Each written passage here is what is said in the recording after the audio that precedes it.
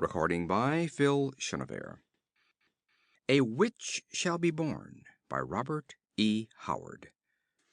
This story was first published in Weird Tales, December 1934. Chapter 1. The Blood-Red Crescent. Taramis, Queen of Khauran, awakened from a dream-haunted slumber to a silence that seemed more like the stillness of nighted catacombs than the normal quiet of a sleeping place. She lay staring into the darkness, wondering why the candles in their golden candelabra had gone out. A flecking of stars marked a gold-barred casement that lent no illumination to the interior of the chamber. But as Taramis lay there, she became aware of a spot of radiance glowing in the darkness before her. She watched, puzzled. It grew, and its intensity deepened as it expanded, a widening disk of lurid light hovering against the dark velvet hangings of the opposite wall. Taramis caught her breath, starting up to a sitting position. A dark object was visible in that circle of light, a human head. In a sudden panic, the queen opened her lips to cry out for her maids. Then she checked herself. The glow was more lurid, the head more vividly limned. It was a woman's head, small, delicately molded, superbly poised, with a high-piled mass of lustrous black hair.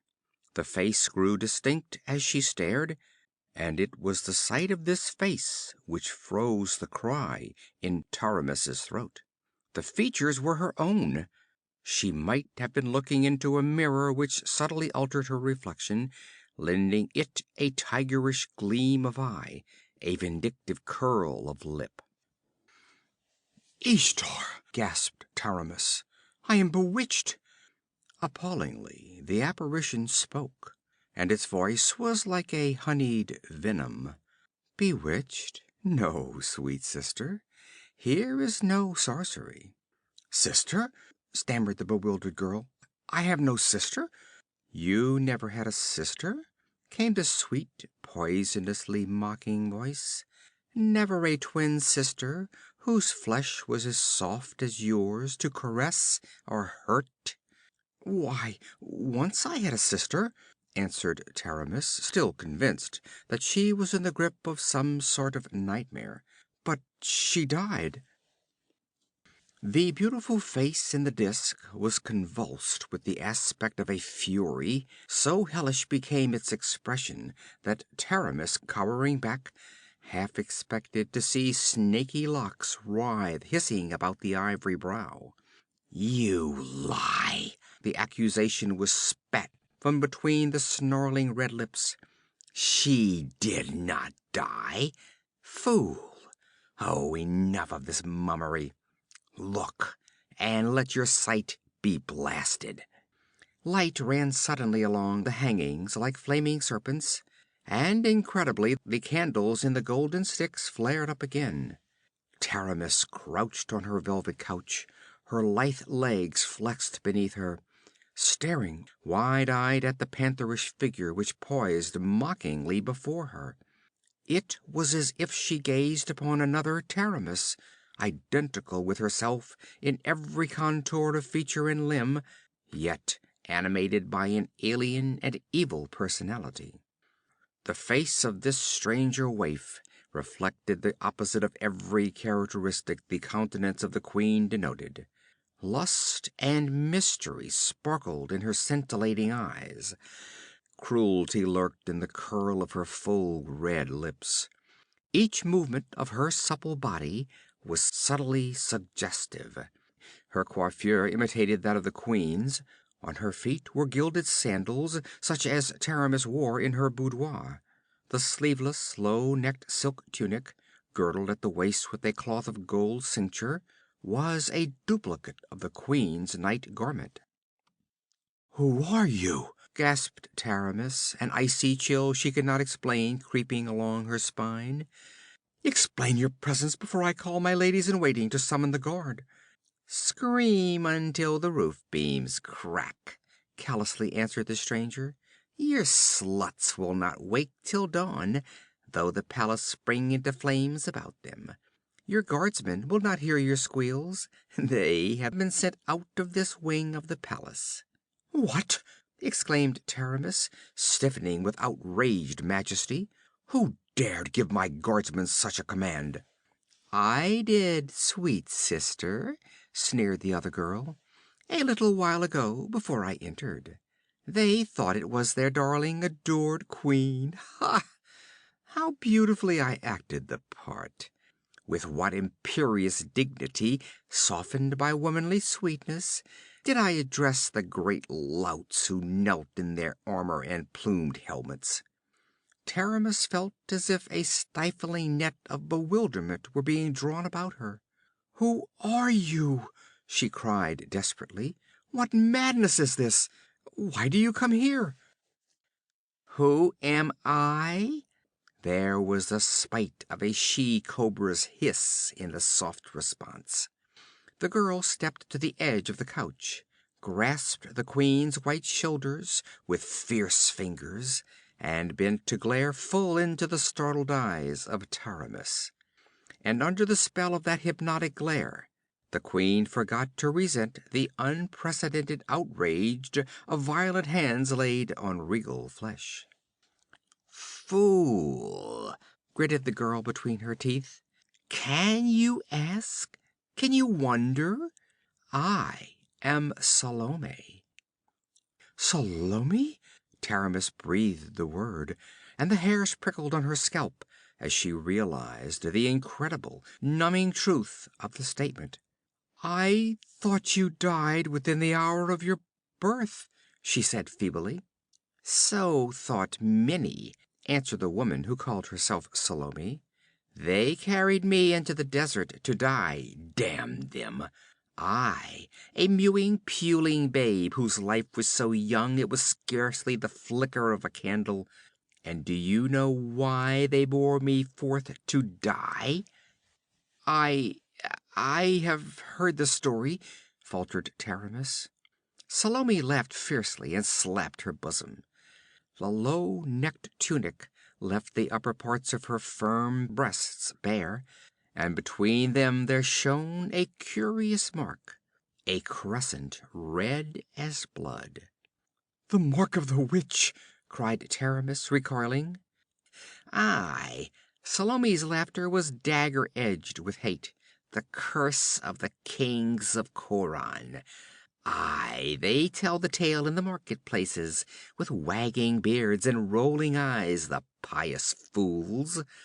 They tell how the first queen of our line had traffic with a fiend of darkness, and bore him a daughter who lives in foul legendry to this day. And thereafter in each century a girl baby was born into the Oscuran dynasty, with a scarlet half moon between her breasts that signify her destiny. Every century a witch shall be born. So ran the ancient curse, and so it has come to pass. Some were slain at birth, as they sought to slay me. Some walked the earth as witches, proud daughters of Khauran, with the moon of hell burning upon their ivory bosoms. Each was named Salome. I, too, am Salome. It was always Salome the witch. It will always be Salome the witch. Even when the mountains of ice have roared down from the pole and ground the civilizations to ruin, and a new world has risen from the ashes and dust, even then there shall be Salomes to walk the earth, to trap men's hearts by their sorcery, to dance before the kings of the world, to see the heads of the wise men fall at their pleasure. But you," stammered Taramis. "I?" The scintillating eyes burned like dark fires of mystery. "They carried me into the desert, far from the city, and laid me naked on the hot sand under the flaming sun. And then they rode away and left me for the jackals and the vultures and the desert wolves.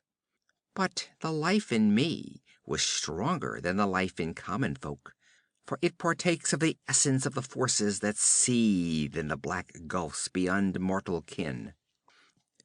The hours passed and the sun slashed down like the molten flames of hell, but I did not die. Aye, something of that torment I remember, faintly and far away, as one remembers a dim, formless dream. Then there were camels and yellow-skinned men who wore silk robes and spoke in a weird tongue.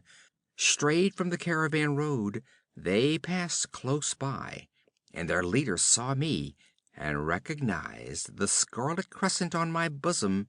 He took me up and gave me life. He was a magician from far Kahiti, returning to his native kingdom after a journey to Stygia. He took me with him to purple towering Pycon, its minarets rising amid the vine-festooned jungles of bamboo, and there I grew to womanhood under his teaching. Age had steeped him deep in black wisdom, not weakened his power of evil. Many things he taught me. She paused, smiling enigmatically, with wicked mystery gleaming in her dark eyes. Then she tossed her head. He drove me from him at last, saying that I was but a common witch in spite of his teachings, and not fit to command the mighty sorcery he would have taught me. He would have made me queen of the world, and ruled the nations through me, he said, but I was only a harlot of darkness. But what of it? I could never endure to seclude myself in a golden tower, and spend the long hours staring into a crystal globe, mumbling over incantations written on serpent skin in the blood of virgins, poring over musty volumes in forgotten languages. He said I was but an earthly sprite, knowing naught of the deeper gulfs of cosmic sorcery. Well, this world contains all I desire: power and pomp and glittering pageantry, handsome men and soft women for my paramours and my slaves. He had told me who I was, of the curse and my heritage. I have returned to take that to which I have as much right as you. Now it is mine by right of possession. What do you mean? Taramis sprang up and faced her sister, stung out of her bewilderment and fright. Do you imagine that by drugging a few of my maids and tricking a few of my guardsmen, you have established a claim to the throne of Khauran? Do not forget that I am queen of Khauran. I shall give you a place of honor as my sister, but... Salome laughed hatefully. How generous of you, dear sweet sister. But before you begin putting me in my place, perhaps you will tell me whose soldiers camp in the plain outside the city walls? They are the Shemitish mercenaries of Constantius, the Gothic voivode of the Free Companies. And what do they in Khauran? Cooed Salome. Taramis felt that she was being subtly mocked, but she answered with an assumption of dignity which she scarcely felt. Constantius asked permission to pass along the borders of Khauran on his way to Turan. He himself is hostage for their good behavior as long as they are within my domains. And Constantius, pursued Salome, did he not ask your hand today? Taramis shot her a clouded glance of suspicion. How did you know that? An insolent shrug of the slim, naked shoulders was the only reply. You refused, dear sister? Certainly I refused, exclaimed Taramis angrily. Do you, an Askurian princess yourself, suppose that the Queen of Khauran would treat such a proposal with anything but disdain? Wed a bloody-handed adventurer? A man exiled from his own kingdom because of his crimes, and the leader of organized plunderers and hired murderers? I should never have allowed him to bring his black-bearded slayers into Khauran, but he is virtually a prisoner in the South Tower, guarded by my soldiers. Tomorrow I shall bid him order his troops to leave the kingdom. He himself shall be kept captive until they are over the border. Meantime, my soldiers man the walls of the city, and I have warned him that he will answer for any outrages perpetrated on the villagers or shepherds by his mercenaries." "He is confined in the south tower?" asked Salome. "That is what I said. Why do you ask?" For answer, Salome clapped her hands and, lifting her voice, with a gurgle of cruel mirth in it, called, "The queen grants you an audience, Falcon." A gold arabesqued door opened, and a tall figure entered the chamber, at the sight of which Taramis cried out in amazement and anger, "Constantius, you dare enter my chamber?" "As you see, your majesty."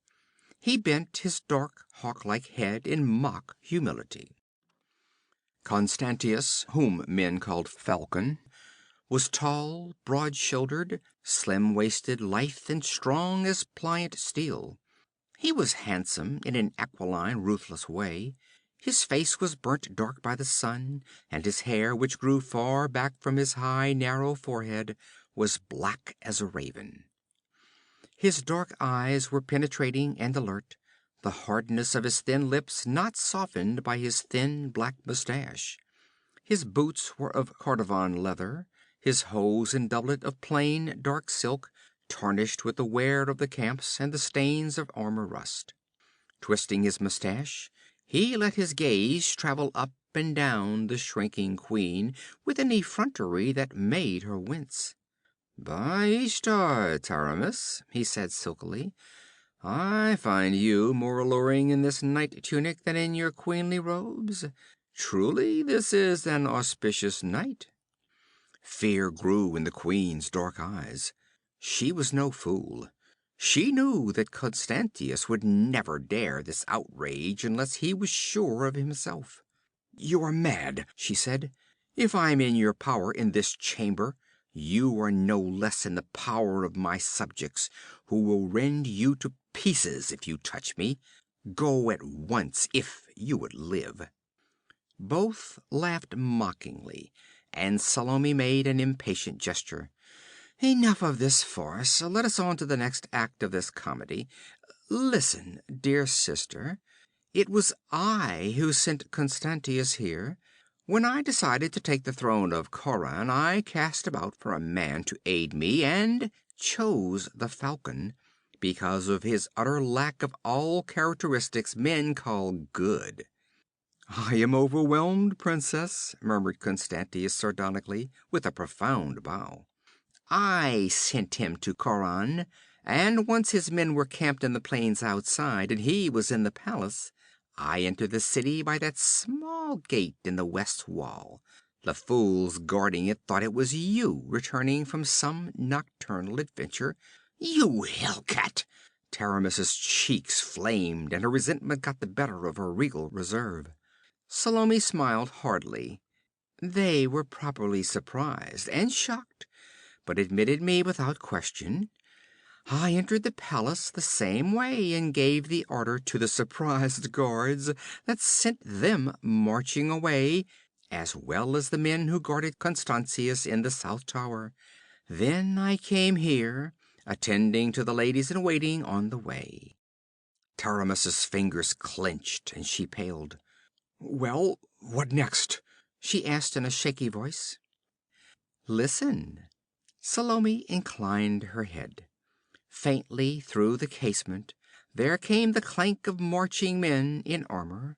Gruff voices shouted in an alien tongue, and cries of alarm mingled with the shouts. "The people awaken and grow fearful," said Constantius sardonically. "You had better go and reassure them, Salome." "Call me Taramis," answered Salome. "We must become accustomed to it." "What have you done?" cried Taramis. "What have you done?"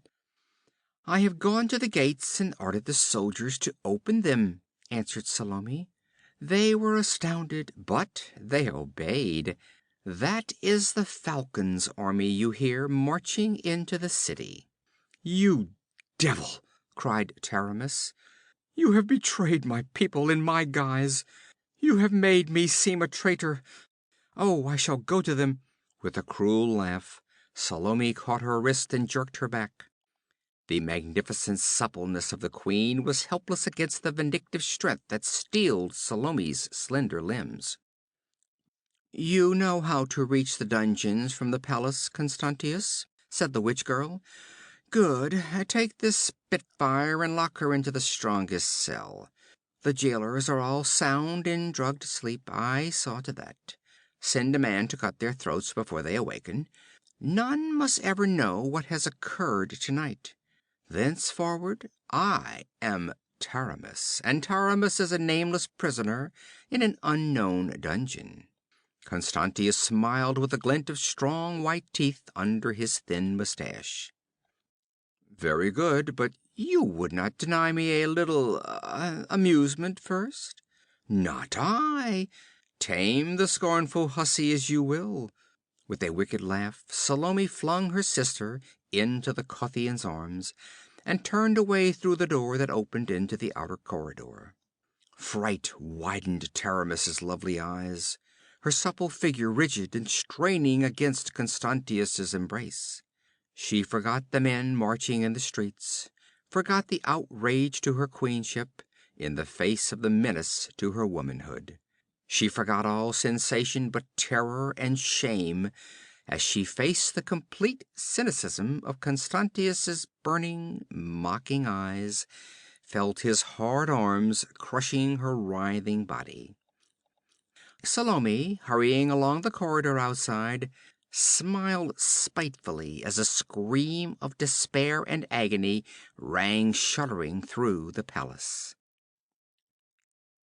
End of chapter 1.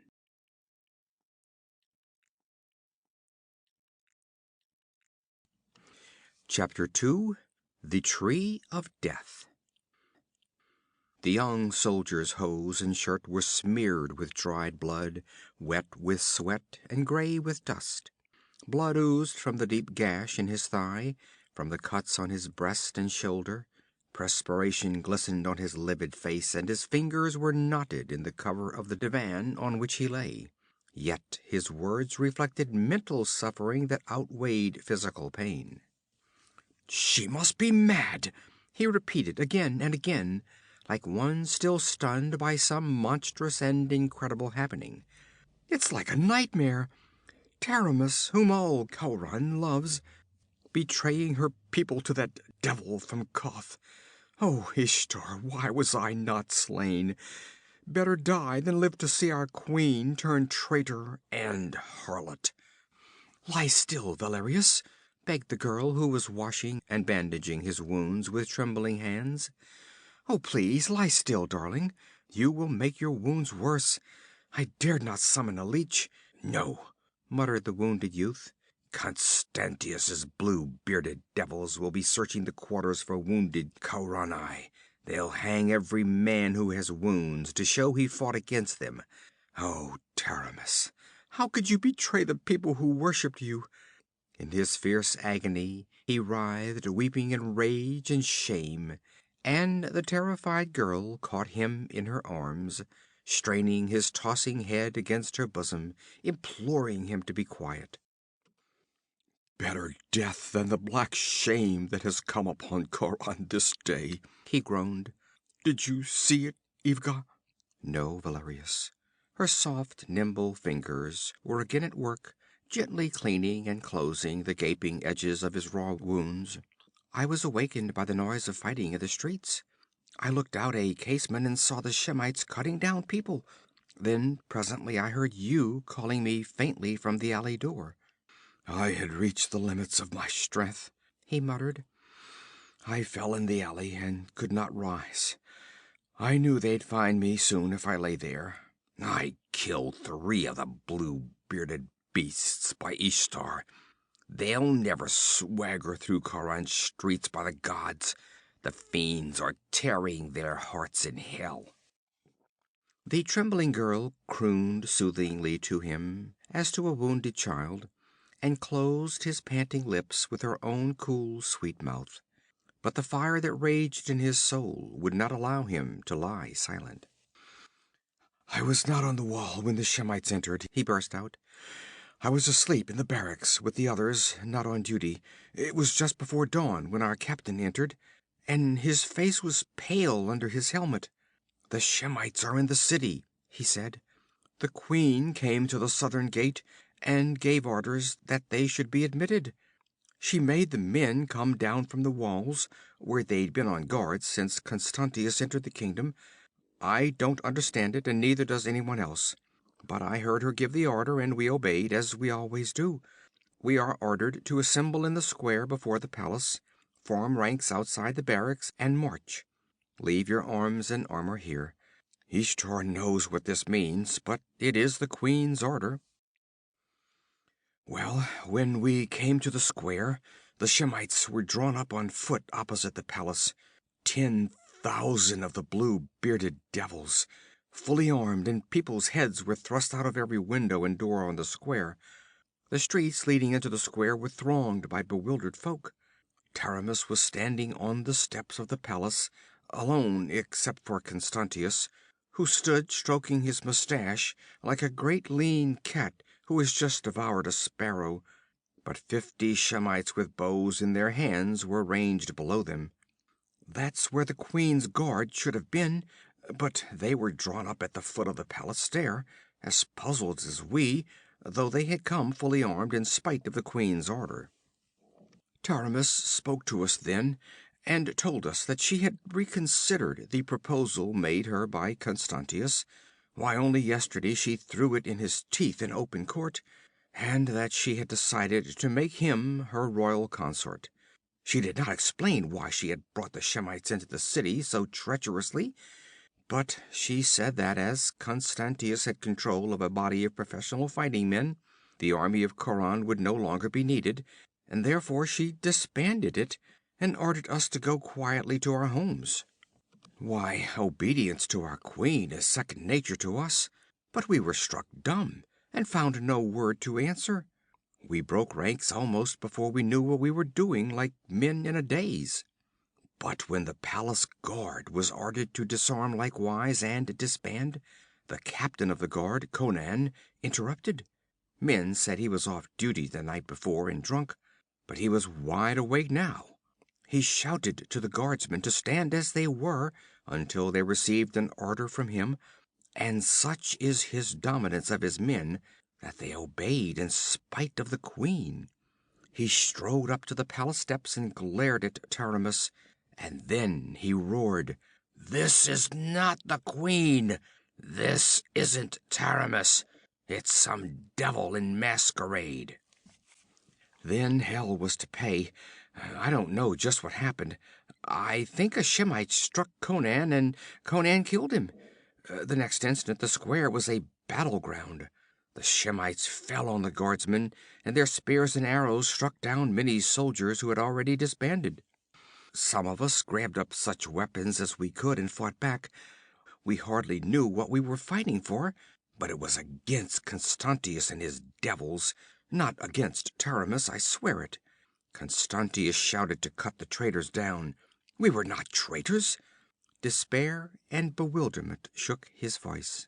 The girl murmured pityingly, not understanding it all, but aching in sympathy with her lover's suffering.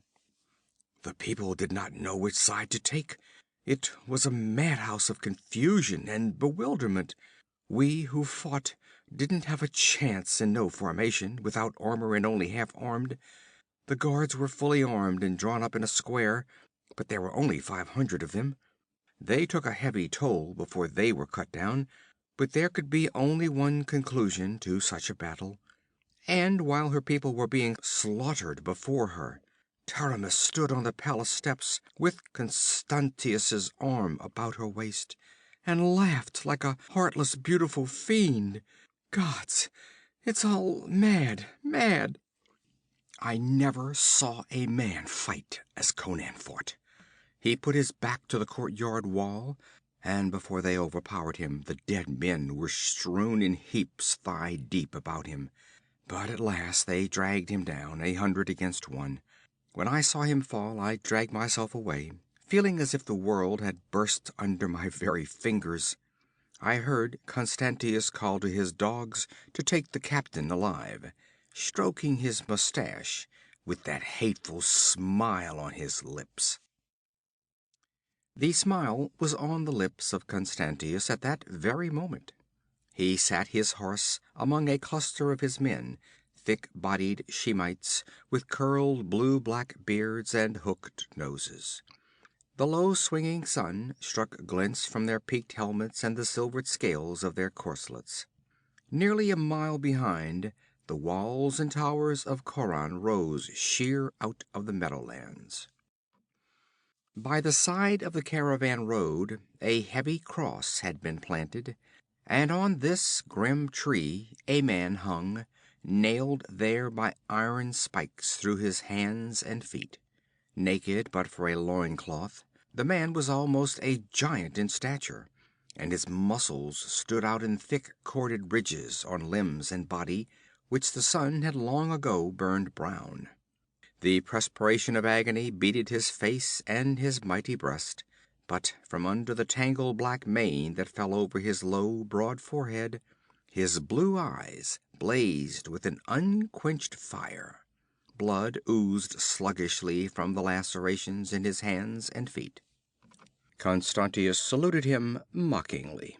"I am sorry, Captain," he said, "that I cannot remain to ease your last hours, but I have duties to perform in yonder city.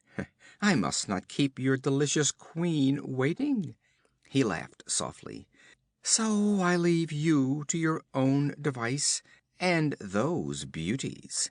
He pointed meaningly at the black shadows which swept incessantly back and forth high above. "Were it not for them, I imagine that a powerful brute like yourself should live on the cross for days. Do not cherish any illusions of rescue because I am leaving you unguarded. I have had it proclaimed that anyone seeking to take your body, living or dead, from the cross will be flayed alive, together with all the members of his family, in the public square. I am so firmly established in Khauran that my order is as good as a regiment of guardsmen. I am leaving no guard, because the vultures will not approach as long as anyone is near, and I do not wish them to feel any constraint. That is also why I brought you so far from the city. These desert vultures approach the walls no closer than this spot. And so, brave captain, farewell. I will remember you when, in an hour, Taramis lies in my arms." Blood started afresh from the pierced palms as the victim's mallet-like fists clenched convulsively on the spike-heads. Knots and bunches of muscle started out of the massive arms, and Conan beat his head forward and spat savagely at Constantius's face. The voivode laughed coldly, wiped the saliva from his gorget, and reined his horse about.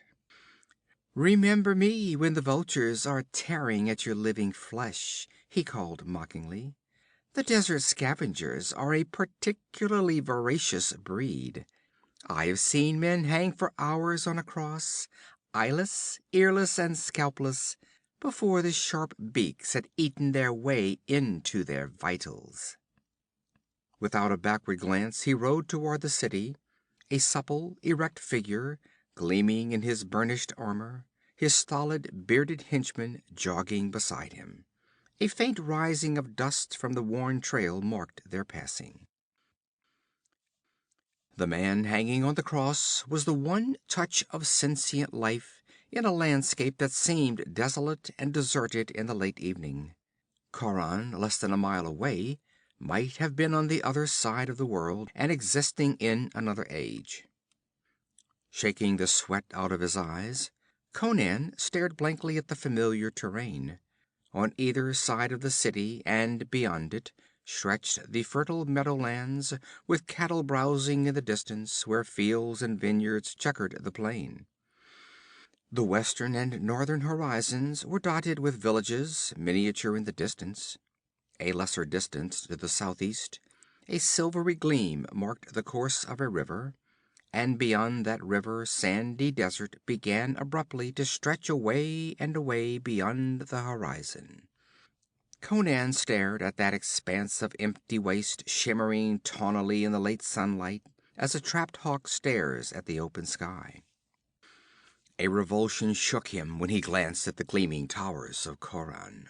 The city had betrayed him, trapped him into circumstances that left him hanging to a wooden cross like a hare nailed to a tree. A lust for vengeance swept away the thought. Curses ebbed fitfully from the man's lips.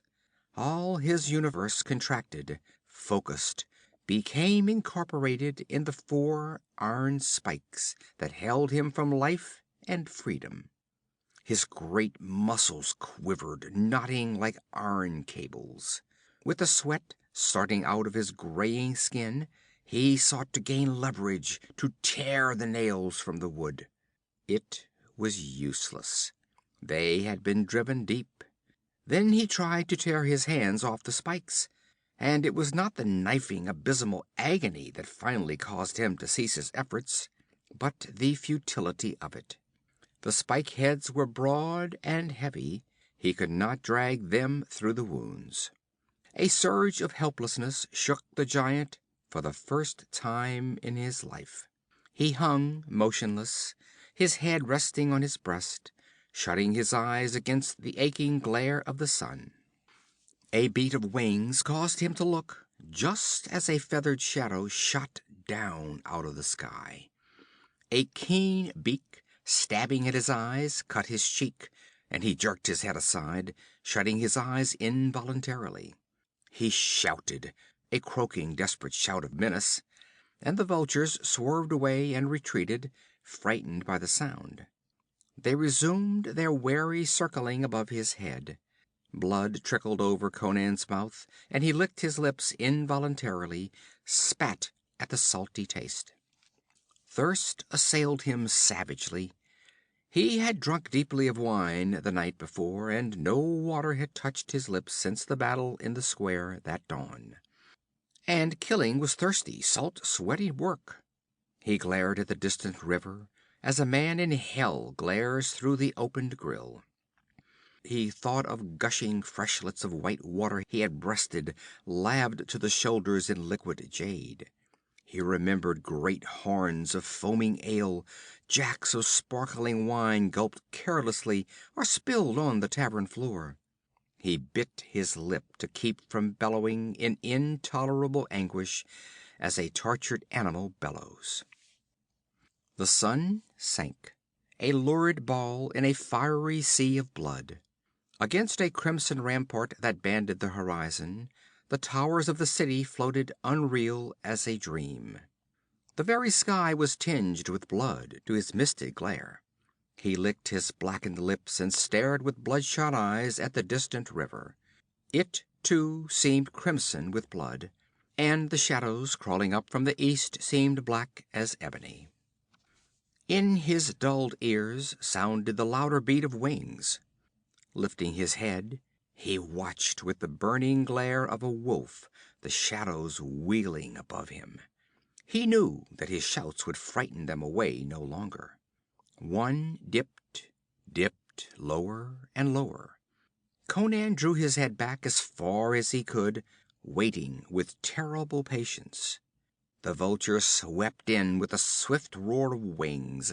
Its beak flashed down, ripping the skin on Conan's chin as he jerked his head aside. Then, before the bird could flash away, Conan's head lunged forward on his mighty neck muscles, and his teeth, snapping like those of a wolf, locked on the bare, wattled neck.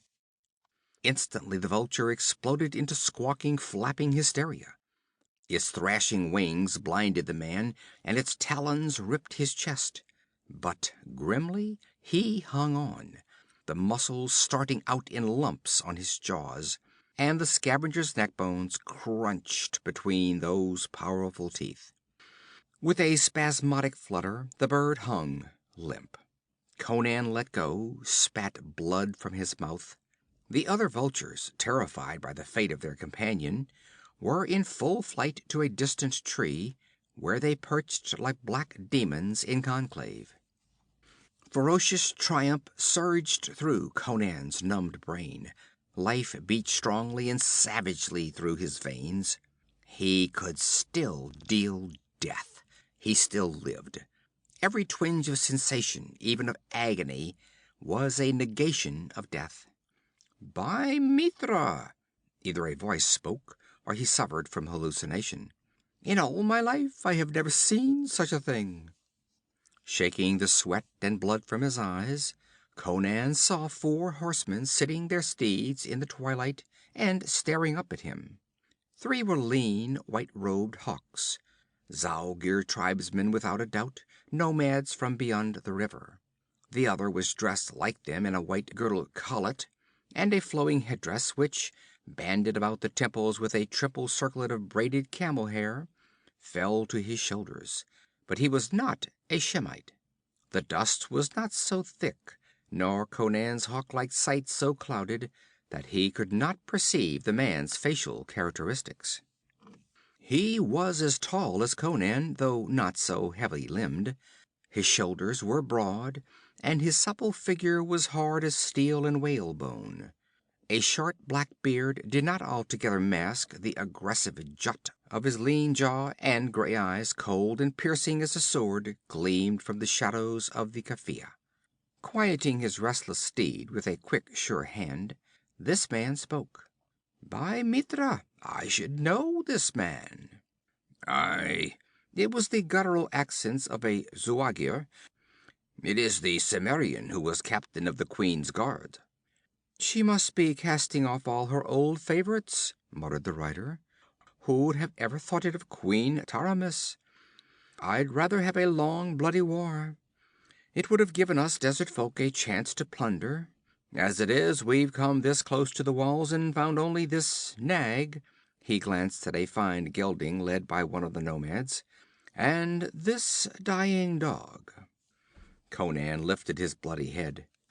If I could come down from this beam, I'd make a dying dog out of you, you Zaporoskan thief, he rasped through blackened lips. Mithra, the knave knows me, exclaimed the other. How knave do you know me? There's only one of your breed in these parts, muttered Conan. You are Olgerg Vladislav, the outlaw chief. Aye, and once a hetman of the Kozaki of the Zaporoskan River, as you have guessed. Would you like to live? Only a fool would ask that question, panted Conan. I am a hard man, said Olgerd, and toughness is the only quality I respect in a man. I shall judge if you are a man or only a dog after all, fit only to lie here and die. If we cut him down, he may be seen from the walls, objected one of the nomads. Olgerd shook his head. The dusk is deep. Here, take this axe, Jebal, and cut down the cross at the base. If it falls forward, it will crush him, objected Jebal. I can cut it so it will fall backwards, but then the shock of the fall may crack his skull and tear loose all his entrails. If he's worthy to ride with me, he'll survive it, answered Olgerd imperturbably. If not, then he doesn't deserve to live. Cut. The first impact of the battle axe against the wood and its accompanying vibrations sent lances of agony through Conan's swollen feet and hands. Again and again the blade fell, and each stroke reverberated on his bruised brain, setting his tortured nerves aquiver. But he set his teeth and made no sound. The axe cut through. The cross reeled on its splintered base and toppled backward. Conan made his whole body a solid knot of iron-hard muscle, jammed his head back hard against the wood, and held it rigid there. The beam struck the ground heavily and rebounded slightly. The impact tore his wounds and dazed him for an instant. He fought the rushing tide of blackness, sick and dizzy, but realized that the iron muscles that sheathed his vitals had saved him from permanent injury. And he had made no sound, though blood oozed from his nostrils and his belly muscles quivered with nausea. With a grunt of approval, Jabal bent over him with a pair of pincers used to draw horseshoe nails, and gripped the head of the spike in Conan's right hand, tearing the skin to get a grip on the deeply embedded head. The pincers were small for that work. Jabal sweated and tugged, swearing and wrestling with stubborn iron, working it back and forth, in swollen flesh as well as in wood. Blood started, oozing over the Cimmerian's fingers. He lay so still he might have been dead, except for the spasmodic rise and fall of his great chest. The spike gave way, and Jabal held up the blood-stained thing with a grunt of satisfaction, then flung it away and bent over the other. The process was repeated, and then Jabal turned his attention to Conan's skewered feet. But the Cimmerian, struggling up to a sitting position, wrenched the pincers from his fingers and sent him staggering backward with a violent shove. Conan's hands were swollen to almost twice their normal size. His fingers felt like misshapen thumbs, and closing his hands was an agony that brought blood streaming from under his grinding teeth. But somehow, clutching the pincers clumsily with both hands, he managed to wrench out first one spike and then the other. They were not driven so deeply into the wood as the others had been. He rose stiffly and stood upright on his swollen, lacerated feet, swaying drunkenly, the icy sweat dripping from his face and body. Cramps assailed him, and he clamped his jaws against the desire to retch. Olgerd, watching him impersonally, motioned him toward the stolen horse. Conan stumbled toward it, and every step was a stabbing, throbbing hell that flecked his lips with bloody foam. One misshapen, groping hand fell clumsily on the saddlebow. A bloody foot somehow found the stirrup. Setting his teeth, he swung up, and he almost fainted in midair, but he came down in the saddle, and as he did so, Olgerd struck the horse sharply with his whip. The startled beast reared, and the man in the saddle swayed and slumped like a sack of sand almost unseated. Conan had wrapped a rein about each hand, holding it in place with a clamping thumb. Drunkenly, he exerted the strength of his knotted biceps, wrenching the horse down. It screamed, its jaw almost dislocated. One of the Shemites lifted a water flask questioningly. Olgerd shook his head. "Let him wait until we get to camp. It's only 10 miles. If he's fit to live in the desert, he'll live that long without a drink." The group rode like swift ghosts toward the river. Among them Conan swayed like a drunken man in the saddle, bloodshot eyes glazed, foam drying on his blackened lips. End of chapter 2.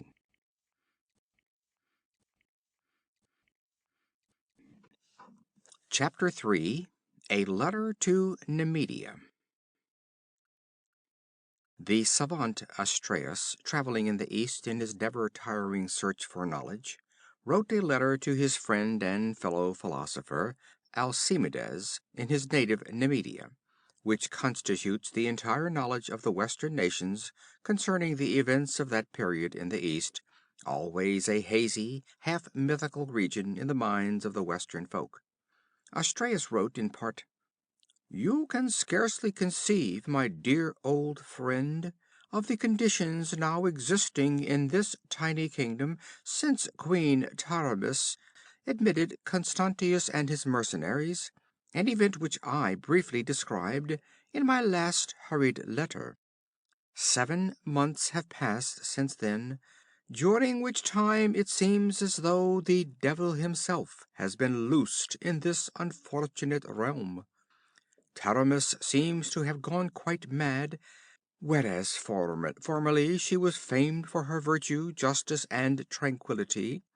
She is now notorious for qualities precisely opposite to those just enumerated. Her private life is a scandal, or perhaps private is not the correct term, since the queen makes no attempt to conceal the debauchery of her court. She constantly indulges in the most infamous revelries, in which the unfortunate ladies of the court are forced to join, young married women as well as virgins. She herself has not bothered to marry her paramour Constantius, who sits on the throne beside her and reigns as her royal consort, and his officers follow his example and do not hesitate to debauch any woman they desire, regardless of her rank or station. The wretched kingdom groans under exorbitant taxation, the farms are stripped to the bone, and the merchants go in rags, which are all that is left them by the tax gatherers. Nay, they are lucky if they escape with a whole skin. I sense your incredulity, good Alcibiades. You will fear that I exaggerate conditions in Khauran. Such conditions would be unthinkable in any of the Western countries, admittedly, but you must realize the vast difference that exists between West and East, especially this part of the East. In the first place, Khauran is a kingdom of no great size, one of the many principalities which at one time formed the eastern part of the Empire of Koth, and which later regained the independence which was theirs at a still earlier age. This part of the world is made up of these tiny realms, diminutive in comparison with the great kingdoms of the West, or the great sultanates of the farther East, but important in their control of the caravan routes and in the wealth concentrated in them. Khauran is the most southeasterly of these principalities, bordering on the very deserts of eastern Shem. The city of Khauran is the only city of any magnitude in the realm, and stands within sight of the river which separates the grasslands from the sandy desert like a watchtower to guard the fertile meadows behind it.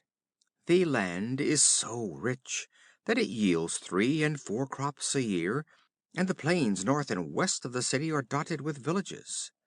To one accustomed to the great plantations and stock farms of the West, it is strange to see these tiny fields and vineyards, yet wealth in grain and fruit pours from them as from a horn of plenty. The villagers are agriculturists, nothing else. Of a mixed aboriginal race, they are unwarlike, unable to protect themselves, and forbidden the possession of arms. Dependent wholly upon the soldiers of the city for protection, they are helpless under the present conditions.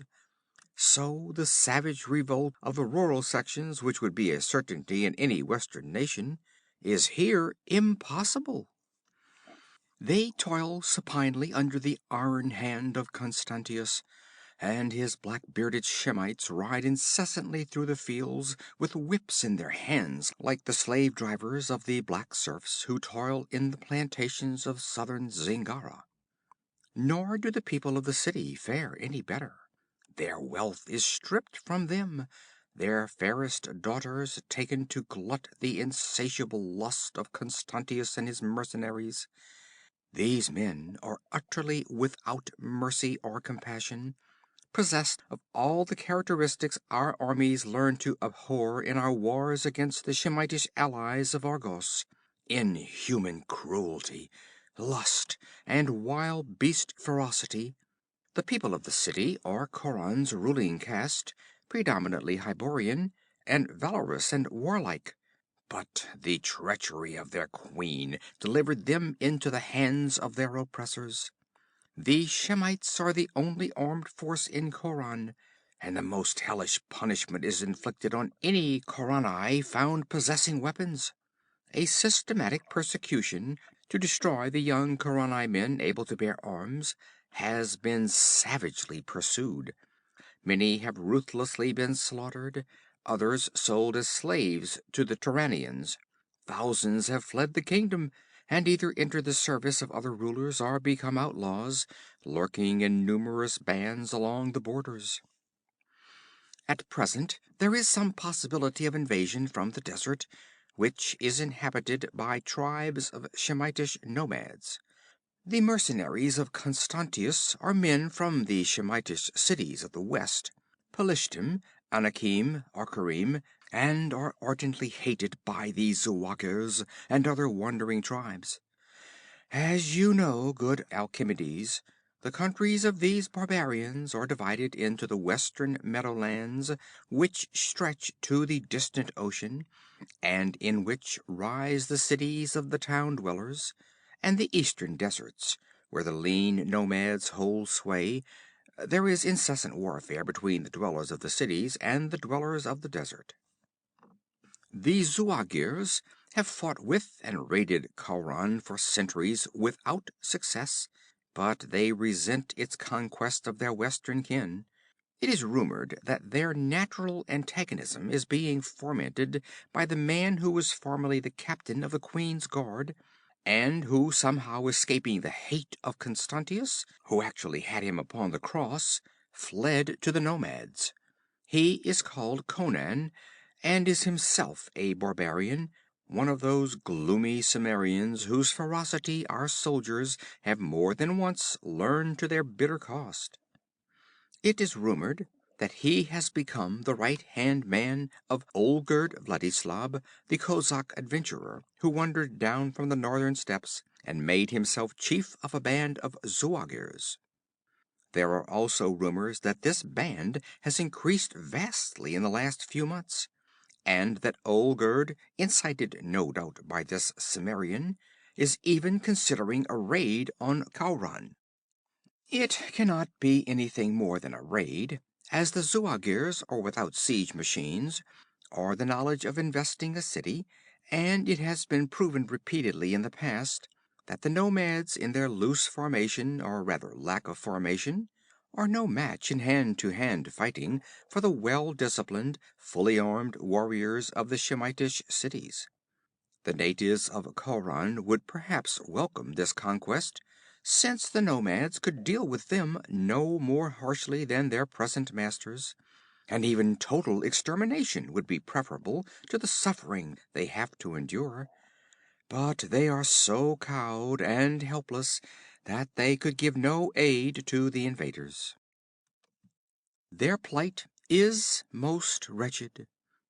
Taramis, apparently possessed of a demon, stops at nothing. She has abolished the worship of Ishtar and turned the temple into a shrine of idolatry. She has destroyed the ivory image of the goddess which these Eastern Hyborians worship, and which, inferior as it is to the true religion of Mithra, which we Western nations recognize, is still superior to the devil worship of the Shemites, and filled the temple of Ishtar with obscene images of every imaginable sort, gods and goddesses of the night, portrayed in all the salacious and perverse poses, and with all the revolting characteristics that a degenerate brain could conceive. Many of these images are to be identified as foul deities of the Shemites, the Turanians, the Venhaians, and the Khitans, but others are reminiscent of a hideous and half-remembered antiquity, vile shapes, forgotten except in the most obscure legends. Where the queen gained the knowledge of them, I dare not even hazard a guess. She has instituted human sacrifice, and since her mating with Constantius, no less than 500 men, women, and children have been immolated.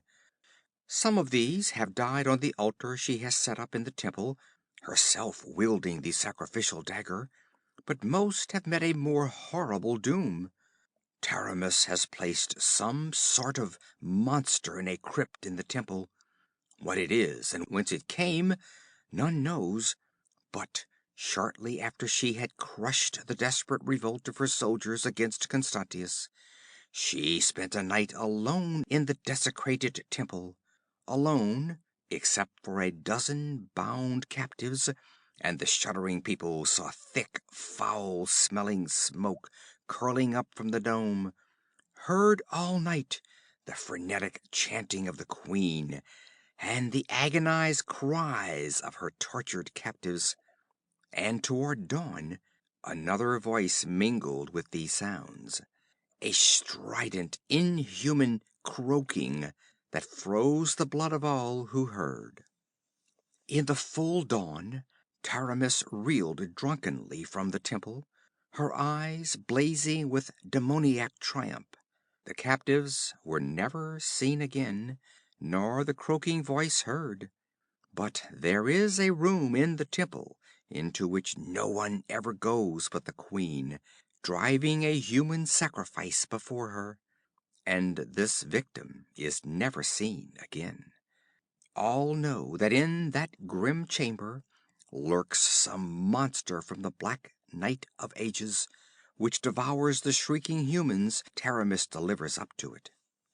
I can no longer think of her as a mortal woman, but as a rabid she-fiend, crouching in her blood-fouled lair amongst the bones and fragments of her victims, with taloned crimsoned fingers. That the gods allow her to pursue her awful course unchecked almost shakes my faith in divine justice. When I compare her present conduct with her deportment when I first came to Khauran 7 months ago, I am confused with bewilderment, and almost inclined to the belief held by many of the people that a demon has possessed the body of Taramis. A young soldier, Valerius, had another belief. He believed that a witch had assumed a form identical with that of Khauran's adored ruler. He believed that Taramis had been spirited away in the night and confined in some dungeon, and that this being ruling in her place was but a female sorcerer. He swore that he would find the real queen if she still lived, but I greatly fear that he himself has fallen victim to the cruelty of Constantius. He was implicated in the revolt of the palace guards, escaped and remained in hiding for some time, stubbornly refusing to seek safety abroad, and it was during this time that I encountered him and he told me his beliefs. But he has disappeared, as so many have, whose fate one dares not conjecture, and I fear he has been apprehended by the spies of Constantius. But I must conclude this letter and slip it out of the city by means of a swift carrier pigeon, which will carry it to the post whence I purchased it, on the borders of Koth. By rider and camel train it will eventually come to you. I must haste before dawn. It is late, and the stars gleam whitely on the gardened roofs of Khauran. A shuddering silence envelops the city, in which I hear the throb of a sullen drum from the distant temple. I doubt not that Taramis is there, concocting more devilry. But the savant was incorrect in his conjecture concerning the whereabouts of the woman he called Taramis. The girl whom the world knew as Queen of Khauran stood in a dungeon, lighted only by a flickering torch which played on her features, etching the diabolical cruelty of her beautiful countenance. On the bare stone floor before her crouched a figure whose nakedness was scarcely covered with tattered rags. This figure Salome touched contemptuously with the upturned toe of her gilded sandal, and smiled vindictively as her victim shrank away. "You do not love my caresses, sweet sister?" Taramis was still beautiful, in spite of her rags and the imprisonment and abuse of 7 weary months. She did not reply to her sister's taunts, but bent her head as one grown accustomed to mockery. This resignation did not please Salome. She bit her red lip and stood, tapping the toe of her shoe against the floor, as she frowned down at the passive figure. Salome was clad in the barbaric splendor of a woman of Shushan. Jewels glittered in the torchlight on her gilded sandals, on her gold breastplates, and the slender chains that held them in place. Gold anklets clashed as she moved. Jeweled bracelets weighted her bare arms. Her tall coiffure was that of a Shemitish woman, and jade pendants hung from gold hoops in her ears, flashing and sparkling with each impatient movement of her haughty head. A gem-crusted girdle supported a silk shirt so transparent that it was in the nature of a cynical mockery of convention. Suspended from her shoulders and trailing down her back hung a darkly scarlet cloak, and this was thrown carelessly over the crook of one arm and the bundle that arm supported. Salome stooped suddenly, and with her free hand grasped her sister's disheveled hair and forced back the girl's head to stare into her eyes. Taramis met that tigerish glare without flinching. "You are not so ready with your tears as formerly, sweet sister," muttered the witch girl. "You shall wring no more tears from me," answered Taramis. "Too often have you reveled in the spectacle of the Queen of Khauran sobbing for mercy on her knees. I know that you have spared me only to torment me. That is why you have limited your tortures to such torments as neither slay nor permanently disfigure. But I fear you no longer. You have strained out the last vestige of hope, fright, and shame from me. Slay me and be done with it, for I have shed my last tear for your enjoyment, you she-devil from hell." "You flatter yourself, my dear sister," purred Salome. "So far it is only your handsome body that I have caused to suffer, only your pride and self-esteem that I have crushed. You forget that, unlike myself, you are capable of mental torment. I have observed this when I have regaled you with narratives concerning the comedies I have enacted with some of your stupid subjects. But this time I have brought more vivid proof of these farces. Did you know that Krallides, your faithful counselor, had come skulking back from Turan and been captured?" Taramis turned pale. "What? What have you done to him?" For answer, Salome drew the mysterious bundle from under her cloak. She shook off the silken swathings and held it up. The head of a young man, the features frozen in a convulsion as if death had come in the midst of inhuman agony. Taramis cried out as if a blade had pierced her heart. "Oh, Ishtar! Krallides!" "Aye. He was seeking to stir up the people against me, poor fool, telling them that Conan spoke the truth when he said I was not Taramis. How would the people rise against the falcon's Shemites? With sticks and pebbles? Bah! Dogs are eating his headless body in the marketplace, and this foul carrion shall be cast into the sewer to rot." "How, sister?" She paused, smiling down at her victim.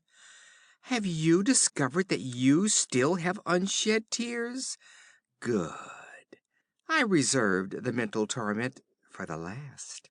Hereafter I shall show you many such sights as this." Standing there in the torchlight with the severed head in her hand, she did not look like anything ever borne by a human woman, in spite of her awful beauty. Taramis did not look up. She lay face down on the slimy floor, her slim body shaken in sobs of agony, beating her clenched fists against the stones.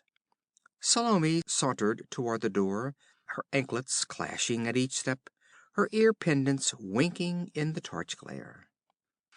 A few moments later, she emerged from a door under a sullen arch that led into a court, which in turn opened upon a winding alley. A man standing there turned toward her, a giant Shemite, with somber eyes and shoulders like a bull, his great black beard falling over his mighty silver-mailed breast. "She wept." His rumble was like that of a bull, deep, low-pitched, and stormy. He was the general of the mercenaries, one of the few even of Constantius's associates who knew the secret of the queens of Khauran.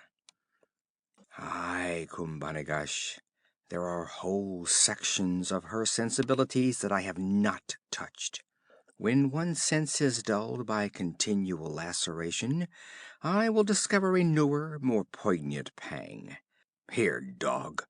A trembling, shambling figure in rags, filth, and matted hair approached, one of the beggars that slept in the alleys and open courts. Salome tossed the head to him. "Here, deaf one, cast that in the nearest sewer. Make the sign with your hands, Kumbanigash. He cannot hear." The general complied, and the tousled head bobbed as the man turned painfully away. "Why do you keep up this farce?" rumbled Kumbanigash. "You are so firmly established on the throne that nothing can unseat you. What if Khaurani fools learn the truth? They can do nothing. Proclaim yourself in your true identity. Show them their beloved ex-queen and cut off her head in the public square." "Not yet, good Kumbanigash." The arch door slammed on the hard accents of Salome, the stormy reverberations of Kumbanigash. The mute beggar crouched in the courtyard, and there was none to see that the hands which held the severed head were quivering strongly. Brown, sinewy hands, strangely incongruous with the bent body and filthy tatters. "I knew it!" It was a fierce, vibrant whisper, scarcely audible. "She lives! O Krallides, your martyrdom was not in vain. They have her locked in that dungeon. O Ishtar, if you love true men, aid me now." End of chapter 3.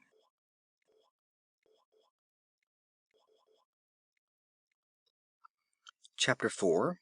Wolves of the Desert.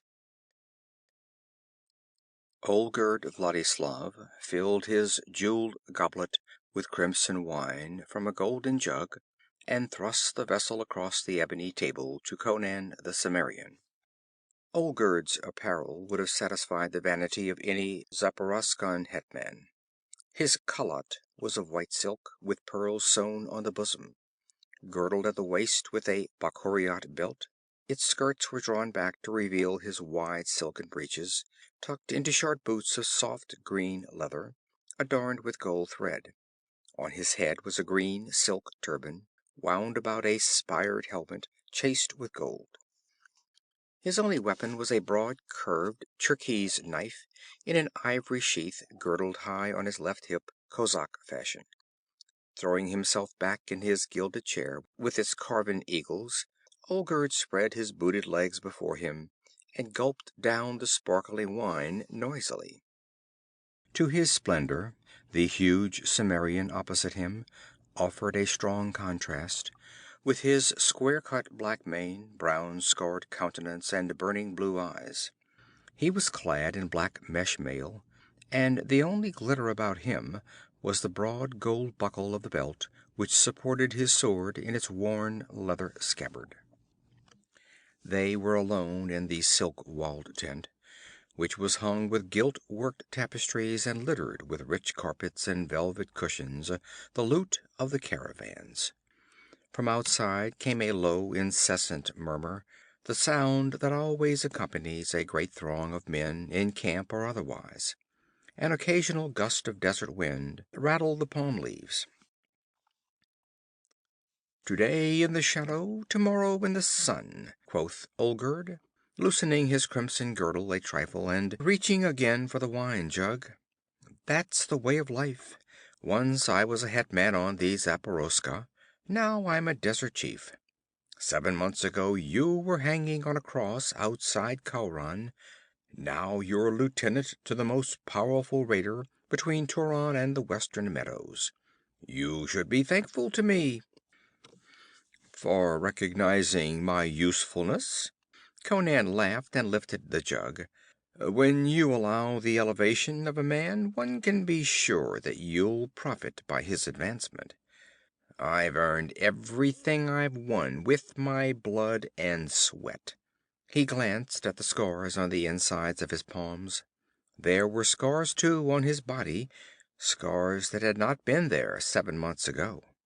You fight like a regiment of devils, conceded Olgerd. But don't get to thinking that you've had anything to do with the recruits who swarmed in to join us. It was our success in raiding, guided by my wit, that brought them in. These nomads are always looking for a successful leader to follow, and they have more faith in a foreigner than in one of their own race. There's no limit to what we may accomplish.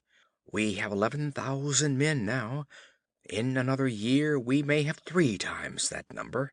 We've contented ourselves so far with raids on the Turanian outposts and the city-states to the west.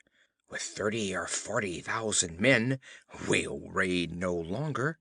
We'll invade and conquer and establish ourselves as rulers. I'll be emperor of all Shem yet, and you'll be my vizier, so long as you carry out my orders unquestioningly.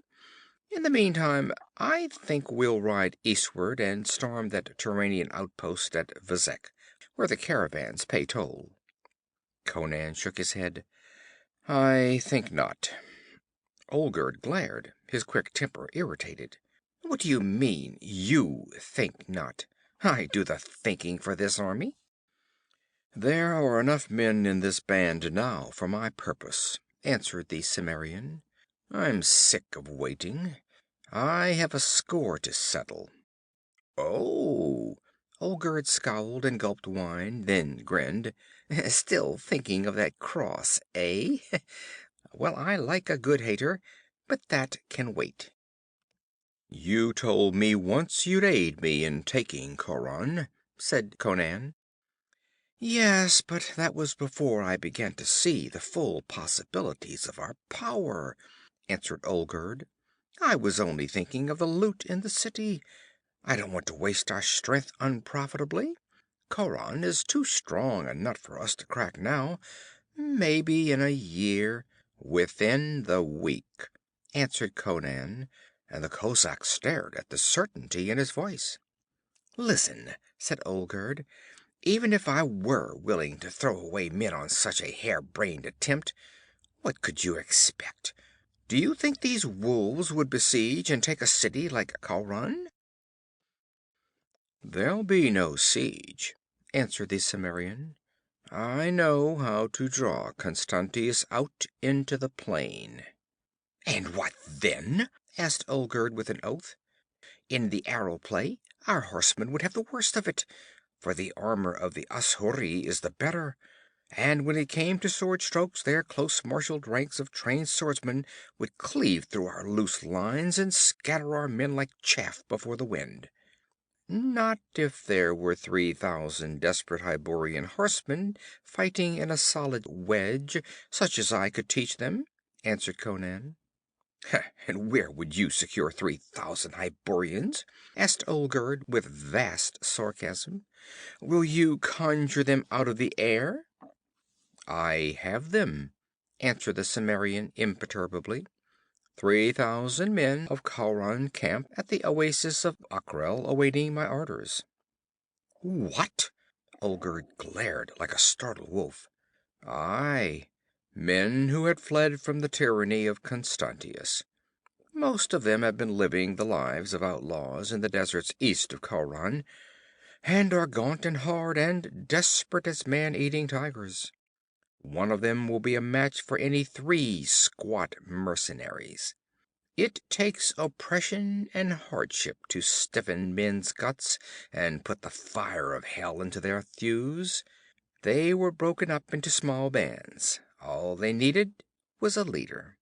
They believed the word I sent them by my riders, and assembled at the oasis and put themselves at my disposal. All this without my knowledge? A feral light began to gleam in Olgerd's eye. He hitched at his weapon girdle. It was I they wished to follow, not you. And what did you tell these outcasts to gain their allegiance? There was a dangerous ring in Olgerd's voice.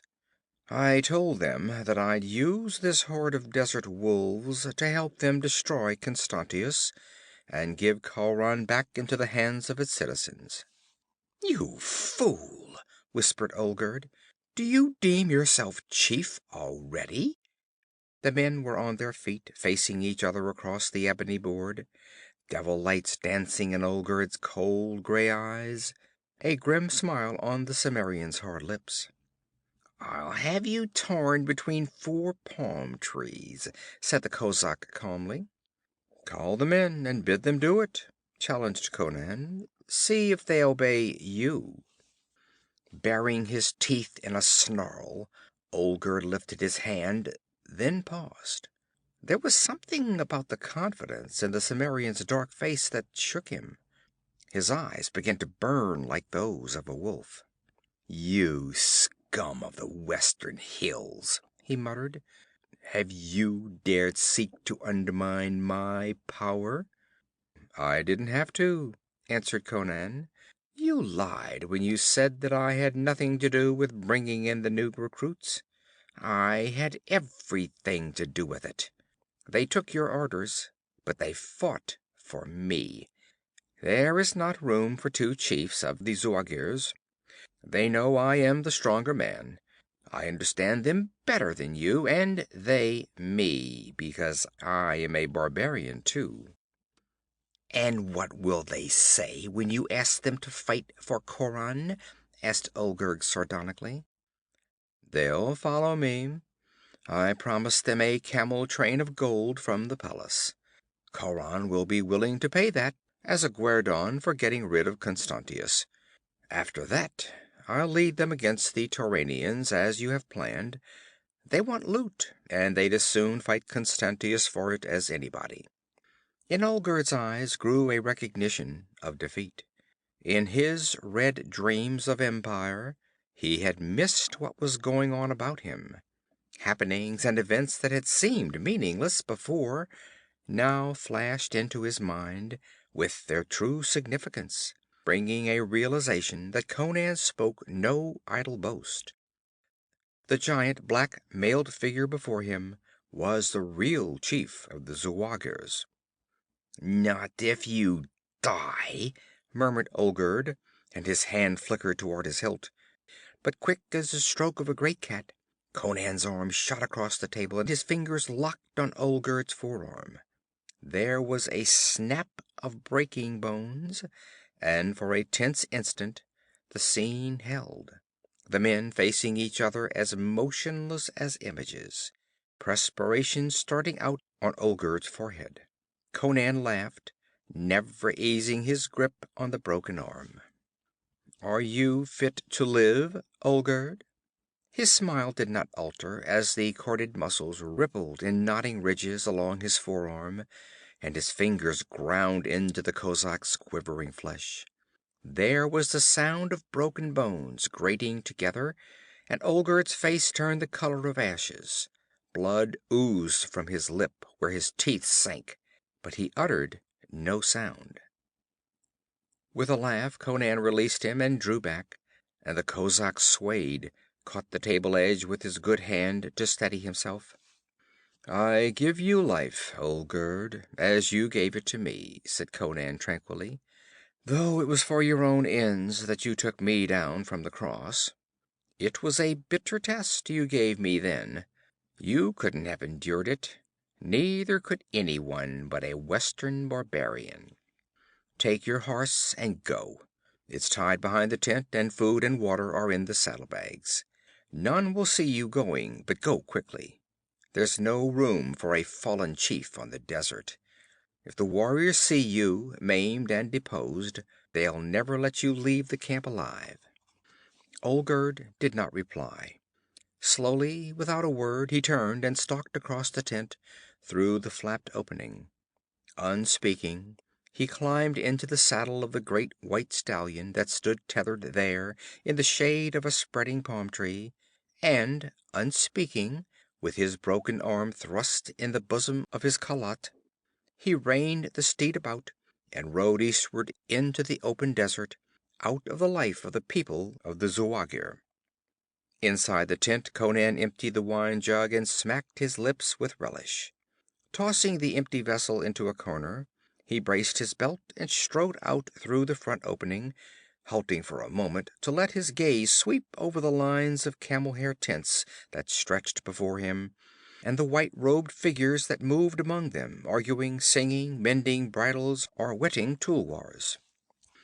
He lifted his voice in a thunder that carried to the farthest confines of the encampment. "Aye, you dogs! Sharpen your ears and listen. Gather around here. I have a tale to tell you." End of chapter 4.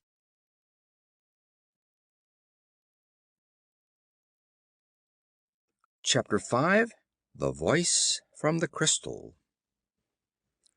In a chamber in a tower near the city wall, a group of men listened attentively to the words of one of their number. They were young men, but hard and sinewy, with the bearing that comes only to men rendered desperate by adversity.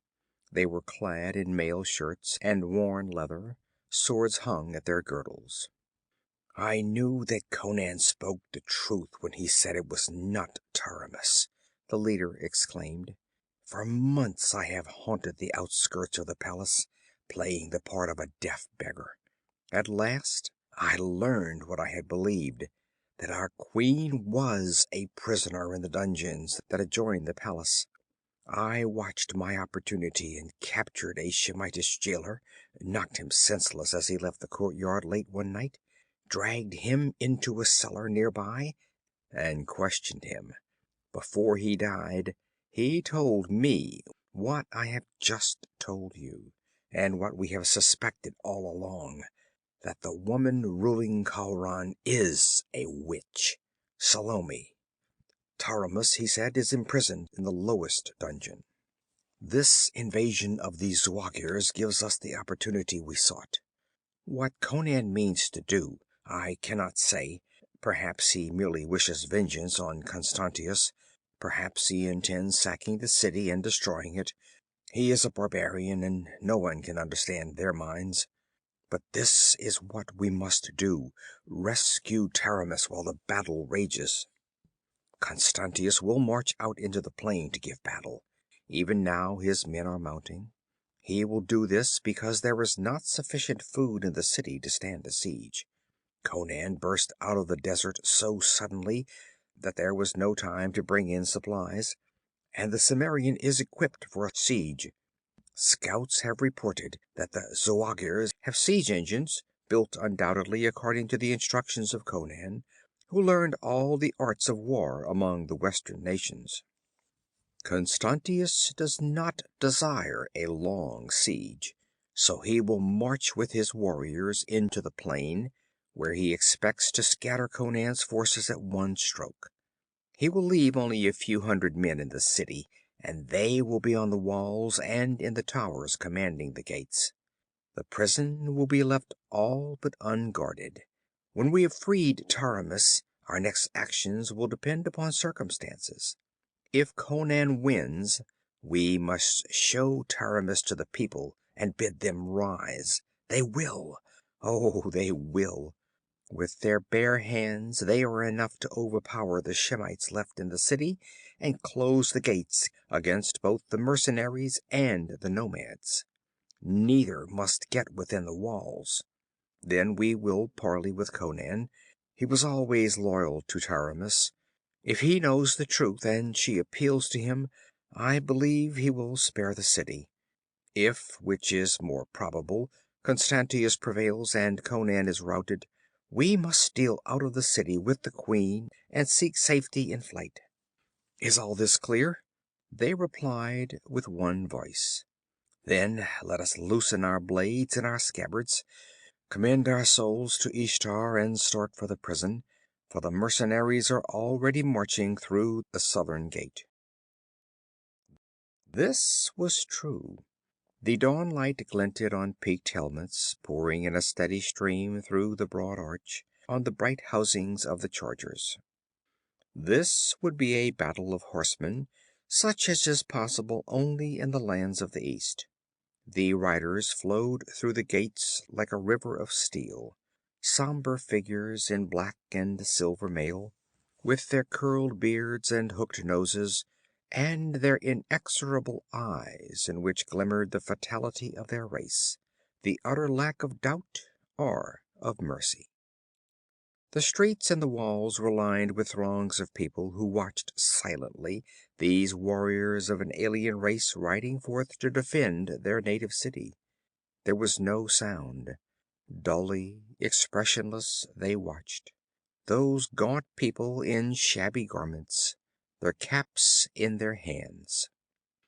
In a tower that overlooked the broad street that led to the southern gate, Salome lolled on a velvet couch, cynically watching Constantius as he settled his broad sword belt about his lean hips and drew on his gauntlets.